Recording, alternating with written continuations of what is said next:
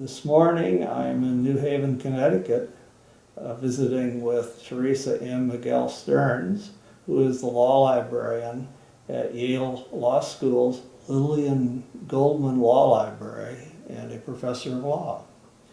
Congratulations, Teresa, on your rather recent replacement as Blair Kaufman's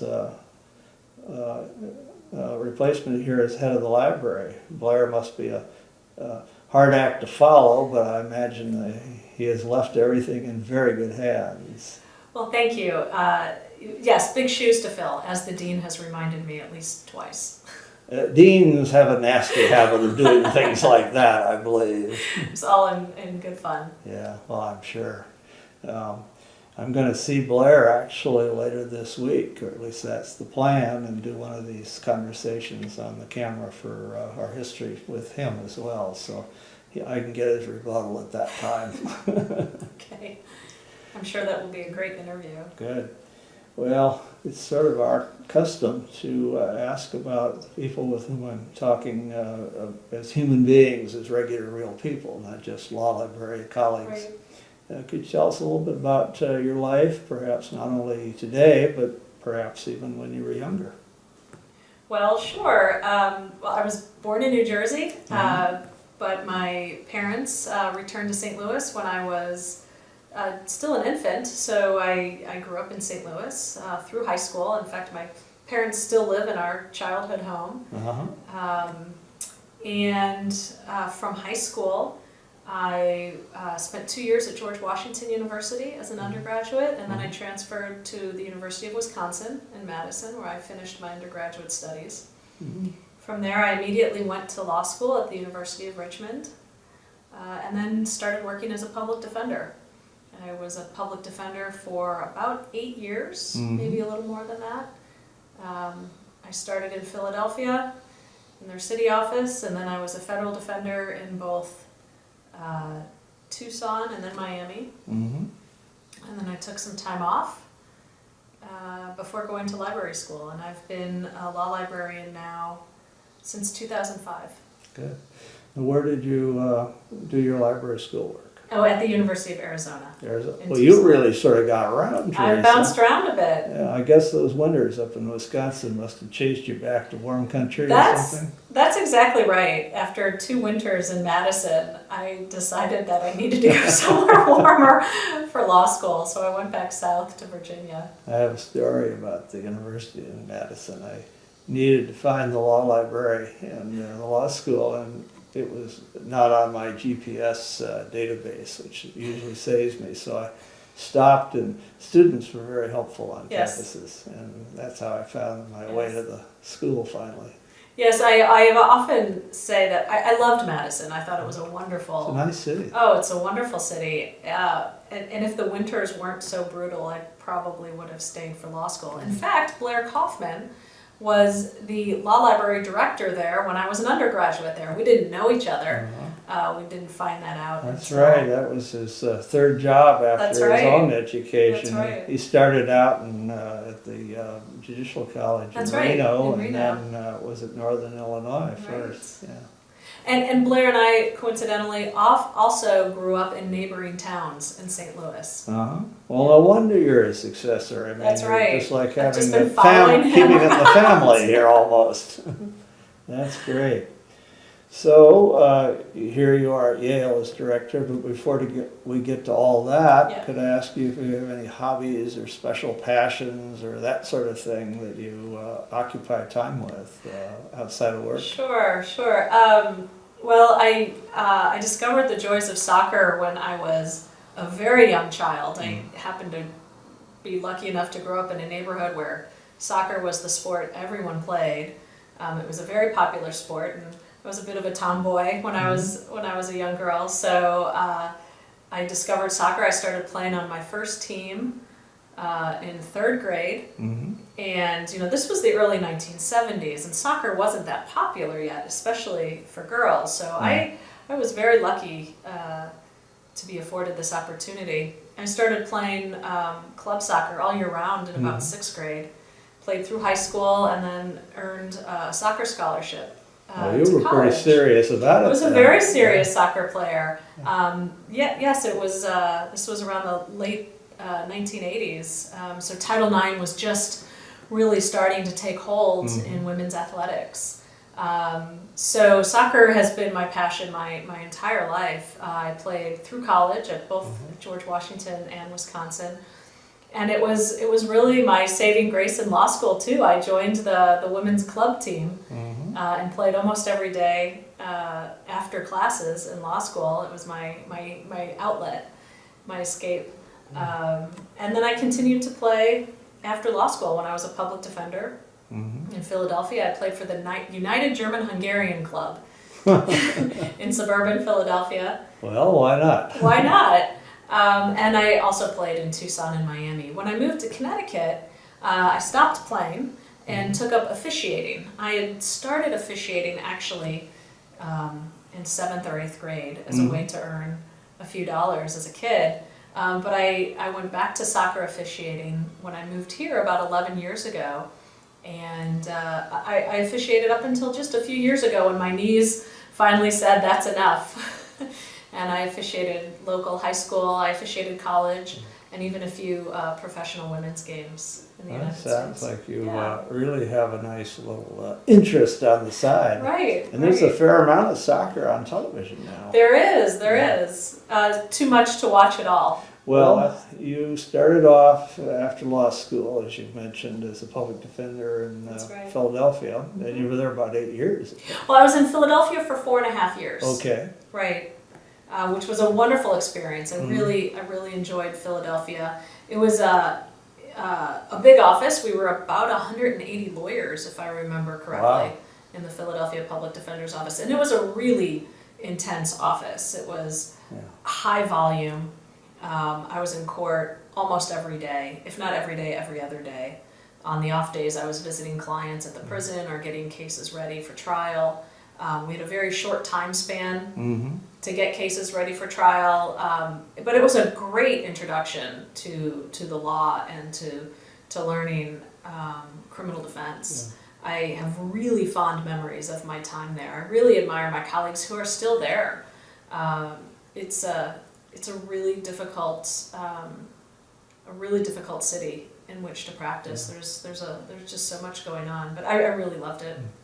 Well, I know that I said 8 years because I think that was sort of the totality of your time. That's right. Because you were with the federal public defender, but you also were in Tucson at some point, and then Miami. And I imagine that's the Miami down in the southeast part of the country. Yes, That's a pretty interesting array of places. It is. Well, my brothers had moved to Arizona when I was practicing law in Philadelphia, and I went out to visit one of them who was graduating from Arizona State University. And I just fell in love with Southern Arizona. So when a federal defender position opened there shortly after my return, I had been starting to look at federal defender jobs in Philadelphia as well.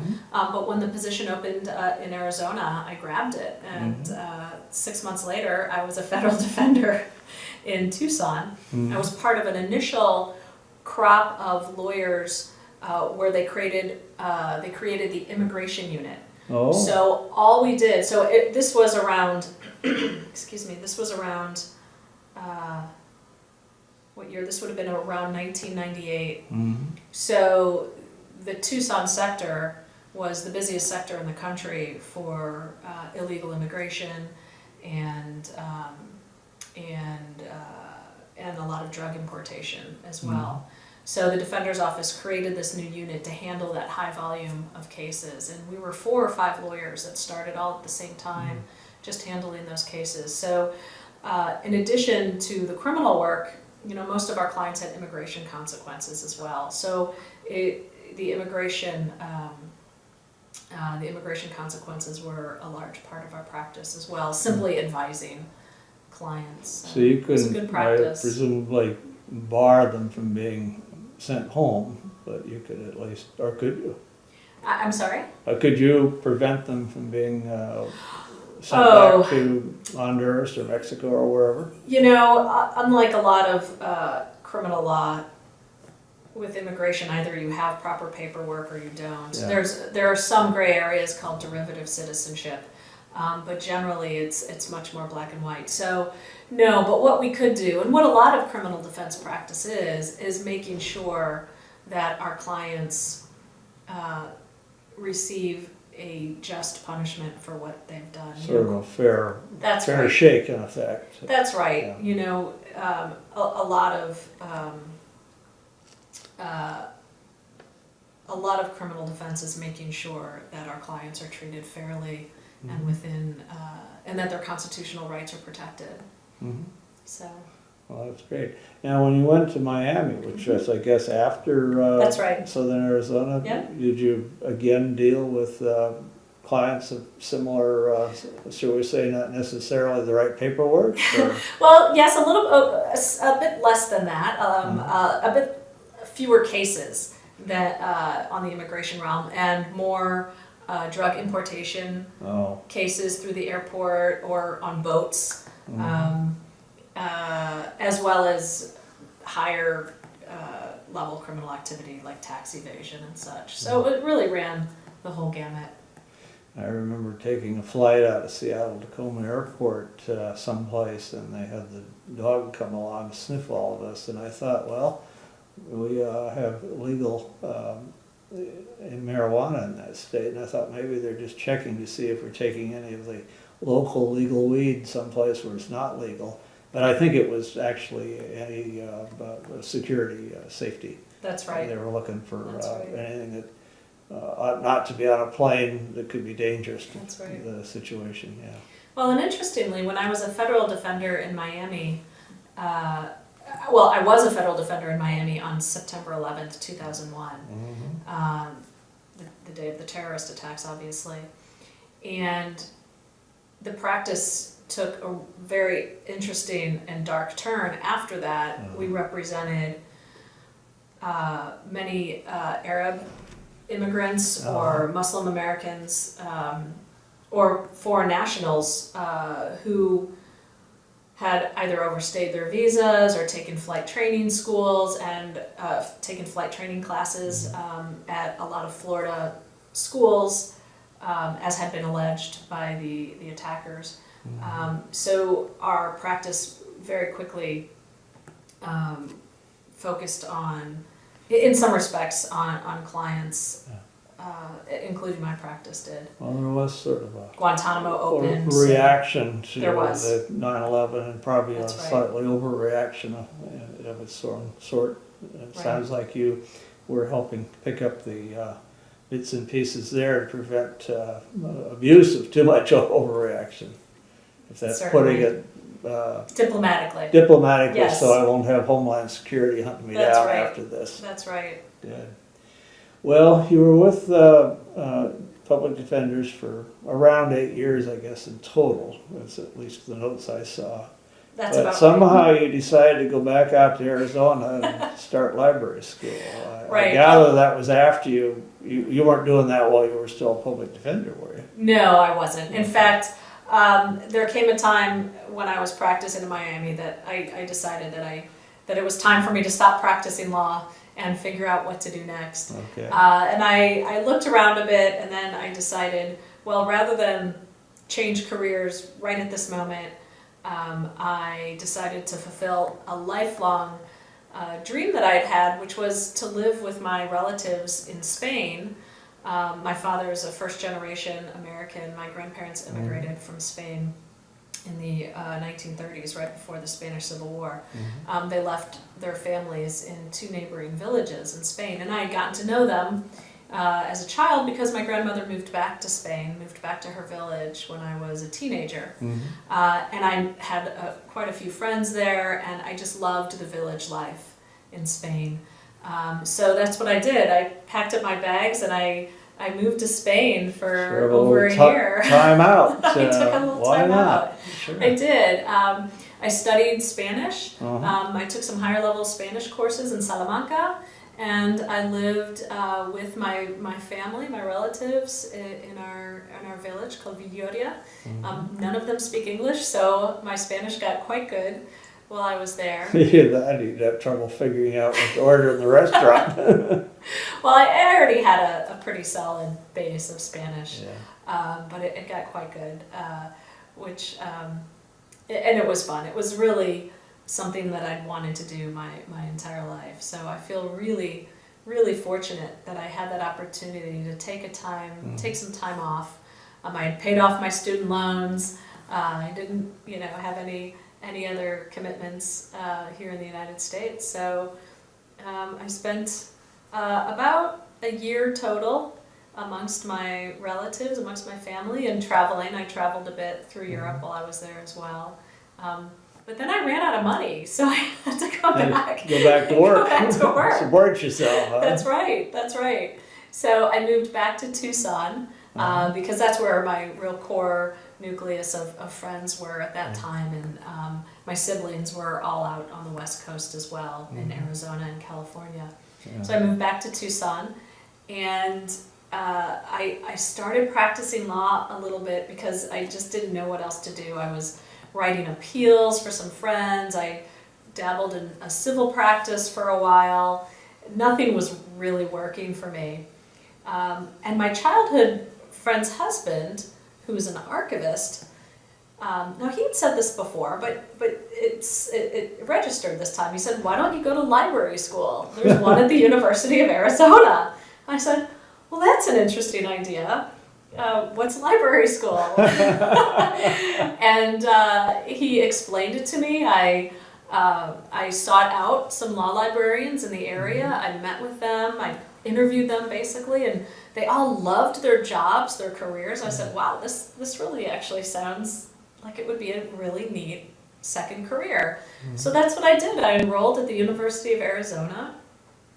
Shortly after applying, I was called in by the director of the Knowledge River program, and met with her. Pat Tarin is her name, and Pat invited me to be part of the Knowledge River program, which is a group of students. They recruit each year who have a strong interest or are Native American and Hispanic. And so I went through library school with a cohort of, we were somewhere between 15 and 20 students, and we were all of various Hispanic origins or Native American. And I was the only lawyer in the group. So I did gravitate towards a couple of the law library classes that Mike Chirazi taught at the University of Arizona.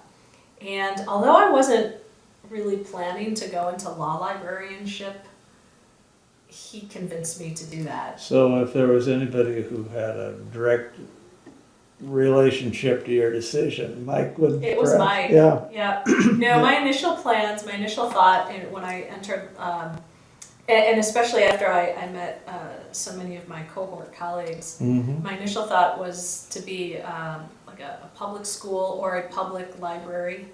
So you were going to really make a career or change. Native American communities. Yes, I was. But Mike Chirazi really convinced me to give law librarianship a shot. Yeah. So yes, I owe him a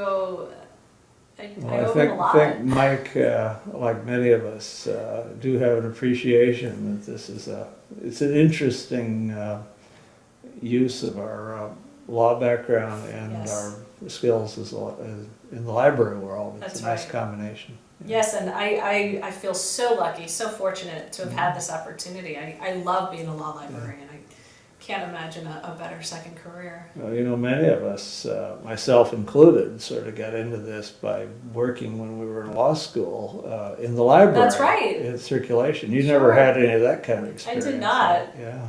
Yeah, my working in college was limited due to my soccer scholarship. You had a busy second job. I had a busy second job already. Yes, so I did work a little bit in college, but never in a library.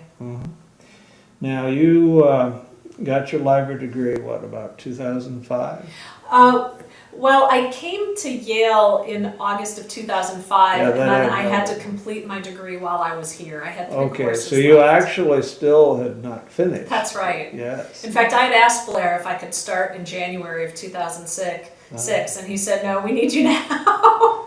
So I finished. Blair had the right priorities, I'm It- sure. Yeah, well, I finished. I did 2 courses online Mhm. while I was here, and then I actually went back to Tucson for the capstone course during the January term of Okay. 2006. So you missed the weather here in the winter that year. Just for a few weeks. It isn't really particularly snowy, as I remember. It's sort of more ice and. Oh, we've had some snow the last Yeah. few years. Oh, Oh, yes. have you? Yeah, I remember I worked here years ago at Yale, and That's we'd come right. out at the end of the day at 5 o'clock and take us about 20 minutes just to get into our cars. They were coated with ice from, one of these storms off of Long Island That's right. Sound. Well, I take the train, so I don't have that dilemma. Well, let the conductors take care of all that sort of That's thing. right. Very good. Well, you came here, your initial appointment was as a reference librarian. That's correct.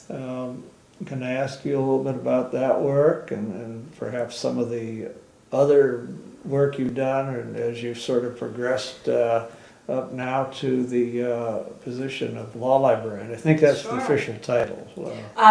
Yes, law librarian Yeah. and professor of law. Yeah. So that's correct. I came in August of 2005 as an entry-level reference librarian. This was my first job. In fact, I had been scheduled to take advanced legal research with Mike Teresa in the fall of 2005, but I came here instead. I mean, when I took advanced legal research in law school, I mean, computers were What are barely on those? this. We're barely on the scene, so I had a lot to learn still. But it was great fun. People like Scott Matheson and John Nan, both of whom are still here, they took a lot of time to train me and answer questions. They were really terrific. Blair was super supportive of all of us, and I learned a lot. I worked hard to learn all the new legal resources that I hadn't been familiar with as a public defender. Of course, I knew Westlaw and Lexis and a few other sources, but nothing near the plethora of electronic databases and print resources that we have, especially here at Yale. Our collection is just tremendous. So it was really challenging. But I remember during some of the challenging times, John Nan saying, "Don't worry, if you can make it here, if you can make it here at Yale as a reference librarian, you'll be set. Yeah. You'll be able to make it anywhere." And he was simply referring to the vast array of resources, learning the vast array of resources that we have, as well as a lot of the challenging and demanding requests we get from our faculty and even our students. Yeah. Well, I remember Yale in my day here 40 some years ago, and even today, was known for approaching the law from often perspectives from other disciplines.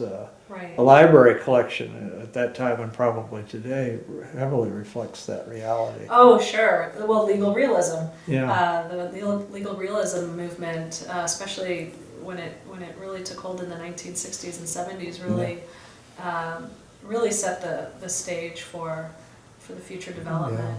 So So I would think reference position here would be considerably broader in scope of the sorts of things you would be dealing with than so. in many of the more traditional places.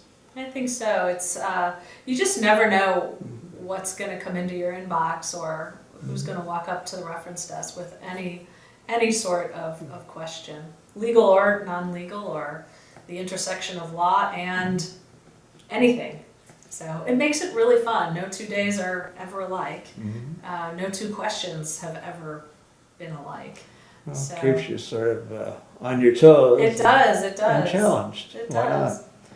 So after I was here for a year or so, or maybe not even a year, I gravitated towards the foreign and international law collection. My Spanish language and really Romance language skills, because I could work in Italian, a little bit in French and Portuguese, really lent led me to start doing collection development for Latin America and Italy. Dan Wade became a mentor in the foreign and international world. That's right, he's here. That's right, he's still here. Yes. And he really took me under his wing and taught me about the foreign and international law collection and connected me with our foreign comparative and international law faculty.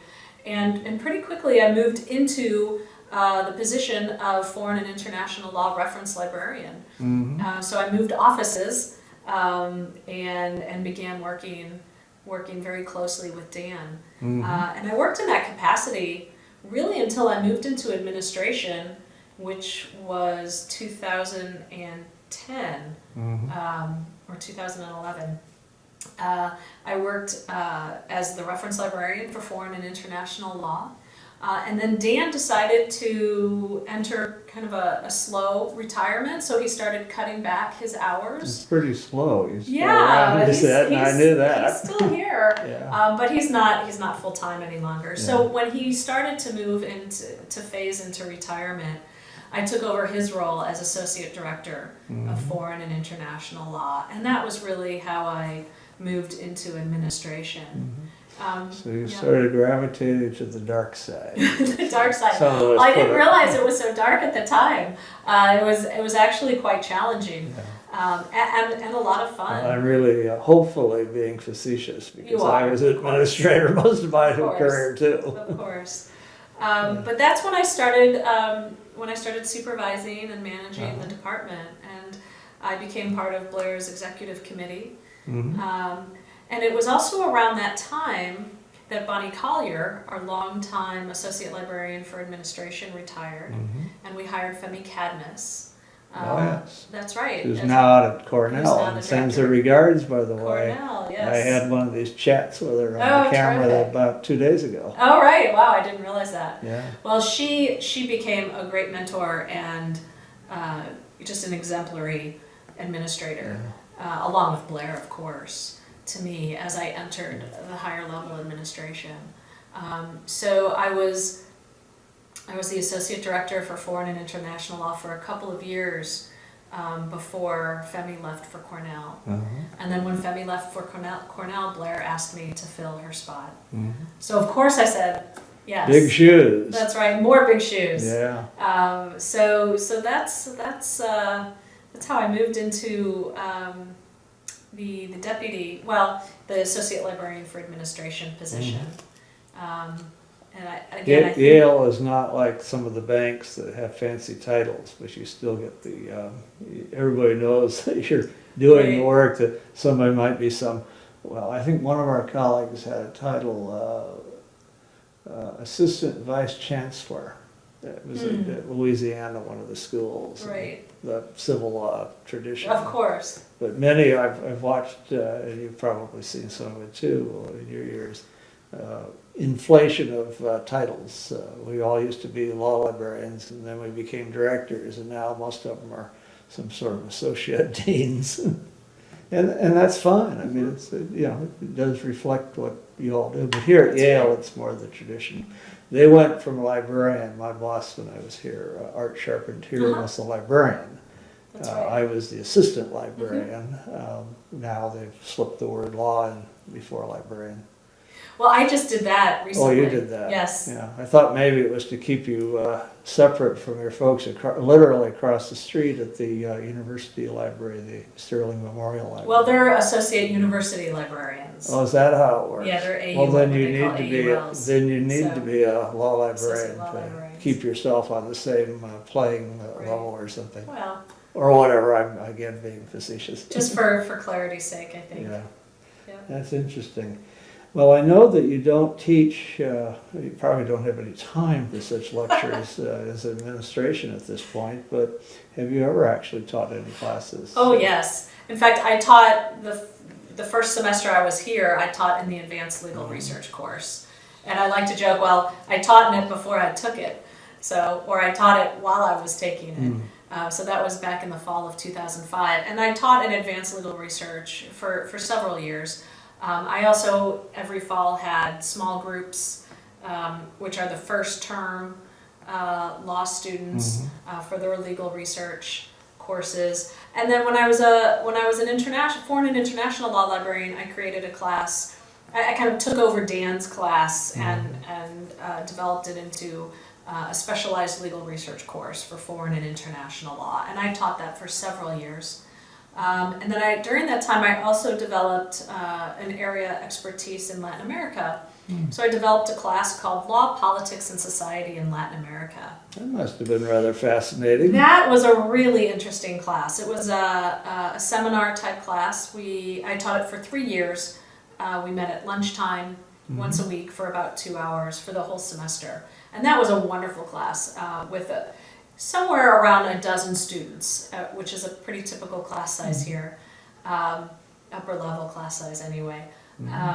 A dozen students each semester, and some were from Latin America, some had studied Latin American law or literature, and others just had a burgeoning interest in Latin America. And so it was a really wonderful course. I worked, obviously I started the course by talking about the civil law system.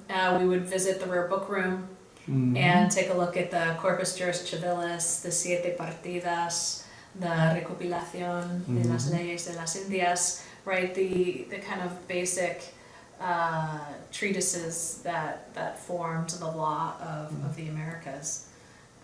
So it was a great class. I stopped teaching it. I actually taught it the first year I was in this office as the associate law librarian for administration.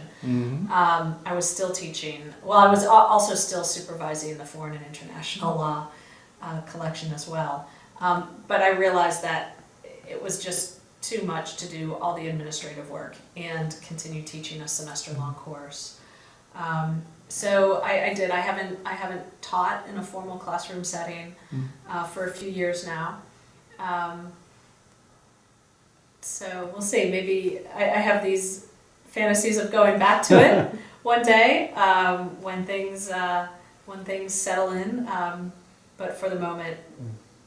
When you taught, presumably your students were some from, at least from the JD program, but did you get any of the LLMs, especially some of the international students? Absolutely. In both my specialized class, Foreign and International Law, Legal Research, as well as the Law, Politics, and Society in Latin America course, definitely LLM students in each of the classes. I imagine with their experiences, many of whom, if not all of whom, are lawyers in their own countries, it must have been very interesting.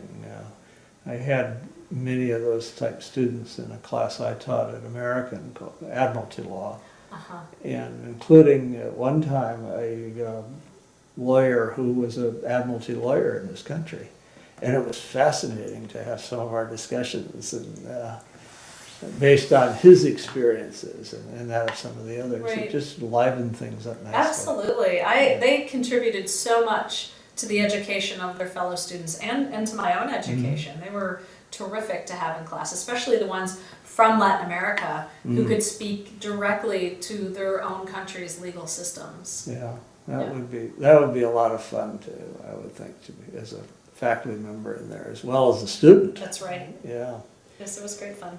Well, you certainly have should we say, a lot on your plate now just because of the nature of this library. It's very well renowned and for good reason. And you're doing a lot of very interesting things here at the library, as well as supporting even more lots of interesting things in the law school and university more generally. But you have done a few things, at least professionally, outside of here. I noticed in looking at the background that you were the Diversity Committee's chair for AEL's Foreign Comparative International Law, SIS, Special Interest Section. You want to talk a little bit about that, or in anything else you've done, perhaps there, or aspire to do, perhaps in the future with ALL, ALS, other organizations? Sure. Sure. Well, that was actually two things. I was on the AALL Diversity Committee, and then I was also chair of the FCIL. Okay, I ran them together. You in ran them my together, but notes. that's okay. I apologize, No, but no good. need to That's why I apologize. asked you to That's comment right. on them. You can clarify for the record. Right. Well, diversity issues are near and dear to my heart, and as I mentioned, I was a member of the Knowledge River, one of the Knowledge River cohorts at the University of Arizona. I was also an ARL Diversity Scholar. So when I joined the American Association of Law Libraries and discovered there was a diversity committee, I quickly gravitated towards it and became a member. I don't believe I was chair of that committee. I believe I was a committee member for several years. And then as my notes sorry. indicate you were a member, but you were chair of the foreign. Yeah. That's right. I was, in fact, I was chair of the FCIL-SIS just a couple of years ago. So I've been a member of the FCIL-SIS since very early on, within a year of joining AALL. And I've been very active in the Latin American Interest Group, and then had the honor of serving as chair when our annual meeting was in Philadelphia just a couple of years ago. So that Your was, long-time experience there, perhaps in a That's slightly right. different guise, but you at least knew where the places all were. That's I right. guess. I sure did. I took some of my colleagues on a little walking tour of Philadelphia. We walked past my old apartment, in fact, on top of one of the antique shops. And I assume you knew what streets to keep them away from. That's right. I did. It was fun to go back as a librarian. So leading the FCIL-SIS was a tremendous honor, and it was a lot of fun. We had a wonderful conference. Gloria Orrego Hoyos was our Schaefer Grant recipient that year. She had a standing room only session on talking about preserving memory in Argentina during the time of the Dirty War in the 70s and 80s. Yeah. In fact, she has become, I mean, this is just, as many of our Schaefer Grant recipients have, her trip to Philadelphia really helped establish her as a law librarian. She's now a member of the International Association of Law Librarians Board of Directors. She's just taken great strides in her career, and thanks to Ellen Schaefer and all the donors to that Schaefer Grant,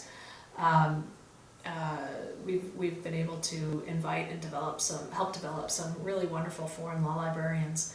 I chaired that committee for several years as well, the Schaefer Grant, FCIL-SIS Schaefer. I imagine Grant that Committee. was actually a labor of love. I mean, So much. the hardest thing would be selecting probably the recipient It from was. among other choices that would It be was. equally excellent.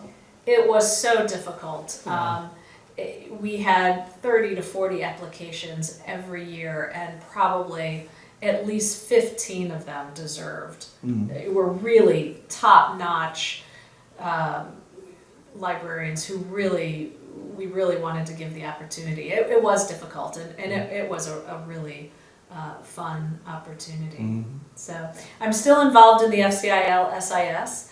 I am 1 year past my immediate past chair responsibilities. So you're hoping you'll be off the hook. At least Oh, for a I'm while. already off the hook. Lucia and You've Allison. paid your dues. That's right. I'm off the hook. So I'd like to get back involved in the diversity committee for AALL, and we'll see what else. Right now, I'm just getting my foothold here as the director of this That's library. right. You literally just started a few weeks ago Well, in that particular That's exact right. placement, although you've had an apprenticeship with Blair. I have. Blair has been just an amazing mentor, and my apprenticeship with him, as you say, has been nothing short of spectacular. I was his right hand, I was his deputy for almost 5 years, and during the last 2 years, he was in a phased retirement. So he was gone for 6 months. I was the acting director during those 6 months. Prior to his leave of absence, he made me his official deputy director, which meant that all the other associate librarians then started reporting directly to me. And we maintained that structure even after he came back. So he officially retired June 30th. We had a wonderful celebration of his career in May before he left, where people came from around, from the law school, as well as some of his friends and colleagues around the country. So it was a wonderful way to send off someone who's been a wonderful mentor and friend to so many people in this profession, including me. He gave me so many opportunities to grow and stretch and really get to where I am today.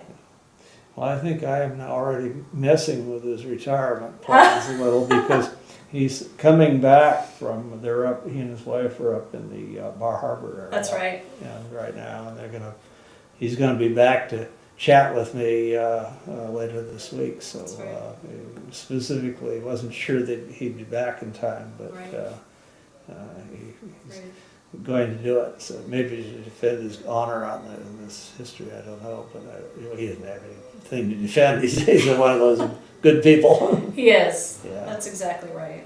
He is. Well, Teresa, we're sort of nearing the end of today's conversation, but it's my custom to ask if there's anything that we've not talked about that you would like to mention. And not everybody does have anything, so I'll let you off the hook if you don't. Well, one thing I would like to mention is, I've been here 11 years now, and I'm just so grateful for the support that I've had, not just from Blair, from Dan, from my early teachers like John and Scott, but really from all of my colleagues here in the law library. Fred Shapiro, for example, has been a tremendous mentor to me and an advisor. He, as someone mentioned the other day, he's our senior statesman at this point. He knows our faculty, he knows our collection, and he's just such a great colleague. And it's been a pleasure moving into this position under our current dean, Robert Post, who has been tremendously supportive of me during my entire time in administration, since I've known him for several years now. So, it's really a wonderful library. We're a very team-oriented library. Whenever I've asked for volunteers for help with any projects, I've gotten them instantly. People are always willing to pitch in and help each other out and help me out.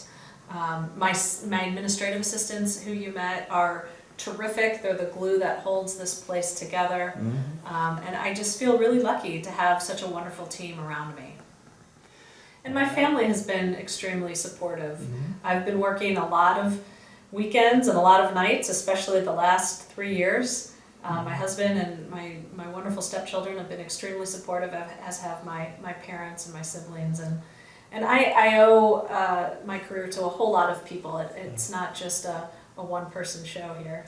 Well, hopefully at some point in time you will get to a level where you have subordinates who can sort of shoulder some of the responsibilities that you may need to do at this point in your things, and the evolution from one director to another. Well, I am delegating more than I have in the past, and I'm looking forward to our new Associate Law Librarian for Administration starting in a couple of weeks. Lisa Goodman will be joining us. Very good. Yep, she's the interim director at Louisiana State University. Well, she was until Friday. She may be some sort of an associate vice chancellor down That's there. right. That was one of our colleagues. I think that was the place. That's right. Where the head of the law library had some extremely fancy title like that from the tradition of down there. That's right. So, well, Teresa, Miguel, Stearns, I want to thank you for participating this morning and becoming part of our story of ourselves as individuals and collectively as a profession